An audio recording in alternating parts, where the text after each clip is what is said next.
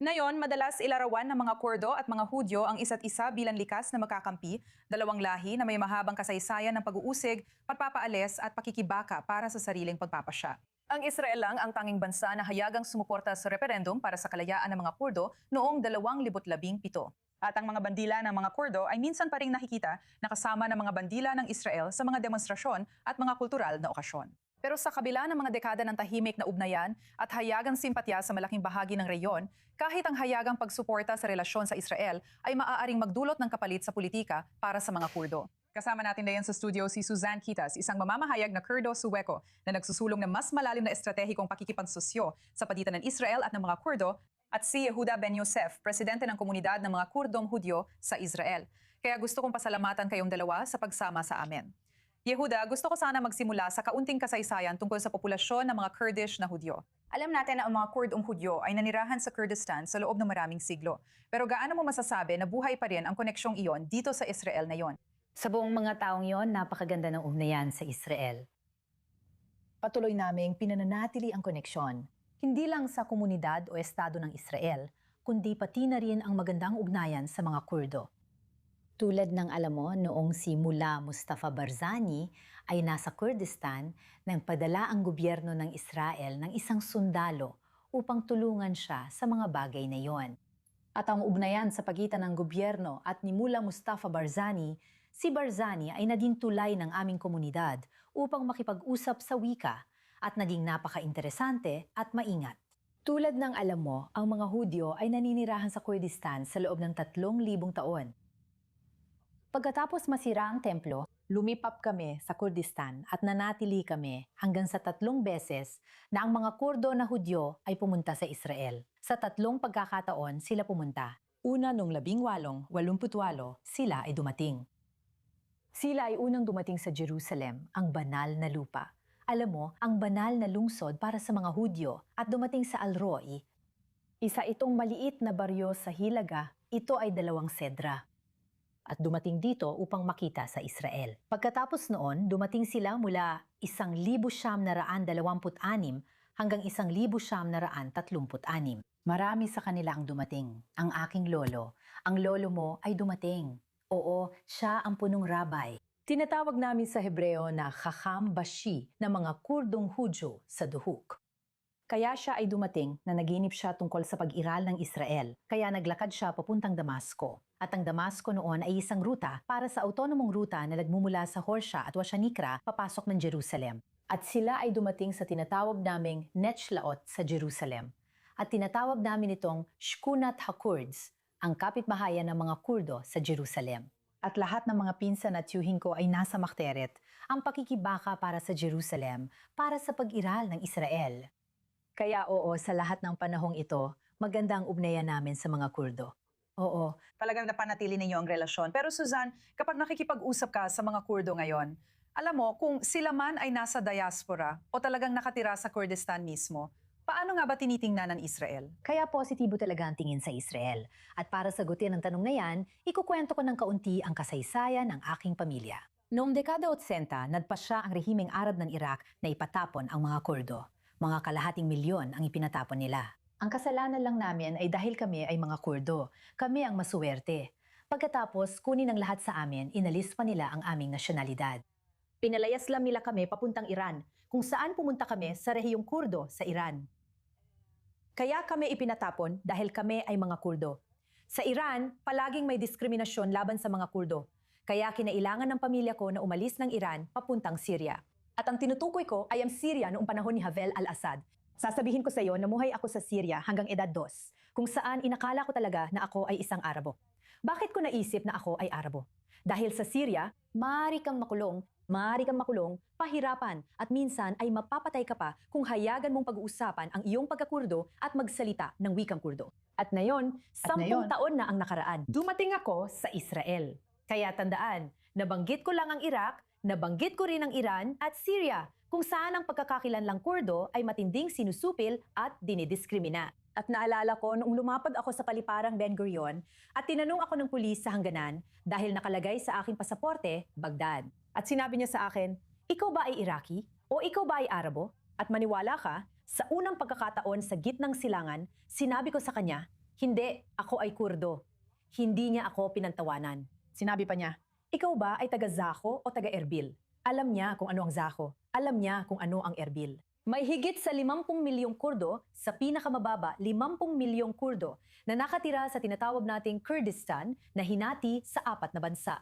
Hanggang ngayon, ang mga Arabo, Turko at Iranian ay itinatanggi ang aming karapatang umiral habang kinikilala ng Israel ang sambayan ng Kurdo. Sa Israel, alam mo, bilang isang Kurdo, ipinagmamalaki kong sabihin na ako ay Kurdo. Ipinagmamalaki kong ipagdiwang ang aking pagka-Kurdo at ang aking kulturang Kurdo. Kaya para sagutin ang tanong mo, iyon ang buod para sa iyo. Tama ang pananaw ni Naiintindihan Kart. ba yon? Kahit na malawakang tinatanggap ng mga Kurdo ito, na tinatanggap ang iyong pagkakakilanlan at maging ipinadiriwang pa dito sa bansang ito? Tulad nung sinabi ni Yehuda, alam mo, pinag-usapan natin si Mullah Mustafa al-Barazani. Si Mullah Mustafa al-Barazani ay isang pambansang lider. Parang, alam mo, siya ay isang alamat. Kilala siya ng lahat ng Kurdo. Nang gusto niyang magpagamot, pumunta siya sa Israel. At ilang linggo na ang nakalipas, nakilala ko ang isang dating sundalo ng IDF. At sinabi niya sa akin na may labis na pagmamalaki. Sabi niya, noong ako ay batang sundalo, 19 na taong gulang pa lang ako noon, isa ako sa mga sundalong talagang nagbantay kay Mullah Mustafa al-Barzani nung nagpapagamot siya sa Hadassah Hospital. Alam yon ng mga Kurdo. Alam mo, noong dekada 60, nang inatake ang mga Kurdo ng pasistang rehimen ng Baath sa Iraq, sino ang tumulong sa amin? Tinulungan Tama. kami ng Israel. Yun ba ang dahilan kung bakit mo iniisip na doon, ibig ko sabihin, bakit mo iniisip na may ganitong klase ng, alam mo, pagtingin sa isa't isa bilang likas na magkaalyado? Una, sasabihin ko sa'yo, ang mga Hudyo sa buong mundo ay nagdurusa dahil sa maraming tao. Sa Kurdistan, nagdurusa sila, pero hindi gaano. Hindi mo makikita ang mga pogrom, hindi mo makikita ang mga bagay na ginagawa nila sa mga Hudyo. Dahil nakahanap kami ng paraan para mabuhay na magkasama doon sa Kurdistan. At kung mabuti ang pakikitungo mo sa mga tao doon, nandyan sila, narito sila. Nakakabuo ito ng koneksyon. Si Mullah Mustafa Barzani, nung pumunta siya sa Israel, gusto niya makita ang isang tao. Sabi niya, gusto kong makita si Khwaja Gabay. Si Khwaja Gabay ay isang tao sa Tiberias. Siya ay napakayaman sa Kurdistan. At si Mullah Mustafa Barzani, naalala siya bilang isang mayamang tao. Kaya nung dumating siya, ang tito ko ang nasa posisyong hawak ko ngayon. At itong mga araw na to, wala pang Facebook o Instagram. Kaya kailangan mo siyang hanapin. Kaya hinanap namin ang taong ito at may maliit silang tindahan sa Tiberias. Nagbebenta siya ng gulay. At nagkita sila at nagyakapan ng isa't isa.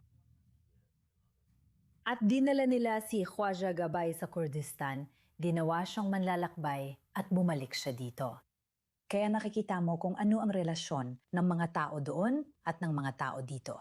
Pangalawa, gaya ng alam mo, ang mga kaaway ng Kurdistan ay sila rin ang mga kaaway natin. Kaya pareho ang mga kaaway natin at iba pang mga bagay na.